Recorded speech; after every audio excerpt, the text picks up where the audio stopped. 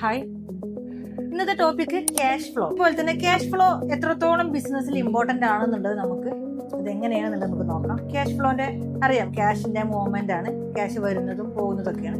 അത് നമുക്ക് എക്സൽ അത് എങ്ങനെ ക്ലിയർ ആയിട്ട് നമുക്ക് എങ്ങനെ ചെയ്യാന്നുള്ളത് നോക്കാം. നമുക്ക് എങ്ങനെ എക്സലിൽ എങ്ങനെ നമുക്ക് ക്യാഷ് ഫ്ലോ എങ്ങനെ ചെയ്യാന്നുള്ളത് നോക്കാം. എനിക്ക് ഓപ്പണിംഗ് ബാലൻസ് ഇവിടെ 35,000 ഉണ്ട്. എനിക്ക് ക്യാഷ് ഇൻഫ്ലോ അഥവാ ക്യാഷ് ബിസിനസ്സിലേക്ക് വന്നത് ക്യാഷ് സെയിൽസ് ആയിട്ട് എനിക്ക് 50,000 വന്നിട്ടുണ്ട്.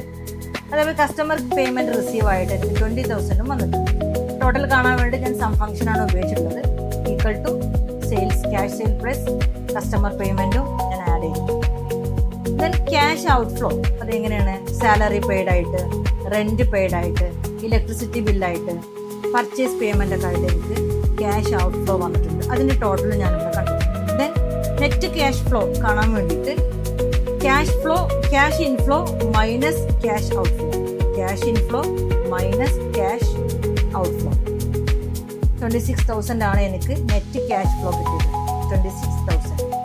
എനിക്ക് ക്ലോസിംഗ് ബാലൻസ് കാണാൻ വേണ്ടിയിട്ട്, ക്ലോസിംഗ് ക്യാഷ് ബാലൻസ് കാണാൻ വേണ്ടിയിട്ട് opening balance plus net cash flow അഥവാ ഓപ്പണിംഗ് ബാലൻസ് ഇവിടെ എനിക്ക് 35,000 ആണ്, പ്ലസ് നെറ്റ് ക്യാഷ് ഫ്ലോ എന്ന് പറയുന്നത് 26,000 ആണ്. ടോട്ടൽ 61,000 ആണ് എനിക്ക് ക്ലോസിംഗ് ക്യാഷ് ബാലൻസ് കിട്ടി.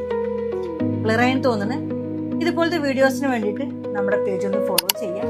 അതേപോലെ തന്നെ സിയാറ്റ് ലേൺ എന്ന് പറയുന്ന യൂട്യൂബ് ചാനൽ ഒന്ന് സബ്സ്ക്രൈബ് ചെയ്യുക. അപ്പോൾ നിങ്ങൾക്ക് ഓൺലൈനായിട്ടോ ഓഫ്ലൈനായിട്ടോ അഡ്മിഷൻ എടുക്കാൻ വേണ്ടിയിട്ട് താഴെ കാണുന്ന നമ്പറിൽ ബന്ധപ്പെടുക.